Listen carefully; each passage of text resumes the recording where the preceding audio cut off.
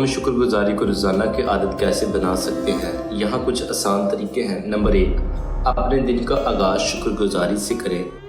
अपने फ़ोन को चेक करने या अपने कामों की फहरिस्त में कूदने से पहले एक लम्हा निकालें और खुदा का शुक्र अदा करें कि उसने आपको नया दिन दिया। एक सादा सी दुआ करें जैसे खुदा का शुक्र है कि आपने मुझे ये नया दिन दिया, मैं इसे आपके हवाले करता हूँ।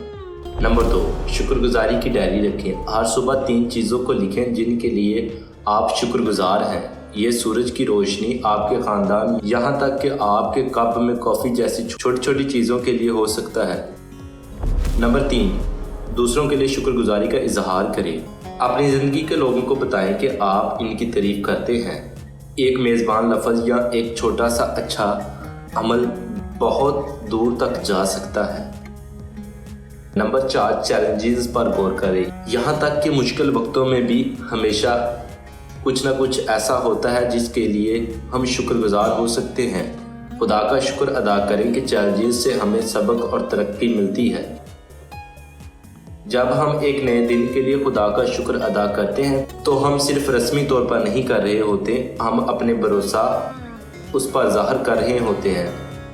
हम कह रहे होते हैं कि खुदा, मैं नहीं जानता कि आज क्या होगा, लेकिन मैं जानता हूँ कि आप मेरे साथ हैं। शुक्रगुजारी हमें याद दिलाती है कि हर सांस एक तोहफा है और हर लम्हा मकसद के साथ जीने का एक मौका है।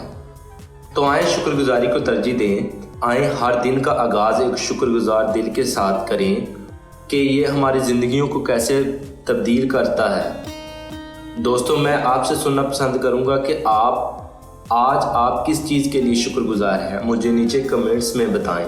अगर आपको ये वीडियो मददगार लगी हो तो बराए करम इसे लाइक करें और इसे किसी ऐसे शख्स के साथ शेयर करें जिसे थोड़ी सी हौसला अफजाई की ज़रूरत है। बिलीव ऑन गॉड चैनल को सब्सक्राइब करना ना भूलें ताकि ईमान, शुक्रगुजारी और ज़ाती तरक्की पर मज़ीद मवाद हासिल कर सकें। देखने के लिए आपका शुक्रिया और याद रखें, हर दिन एक तोहफ़ा है। आए इस शुक्रगुजारी के साथ करें। अगली वीडियो में मिलेंगे। अब के लिए अलविदा।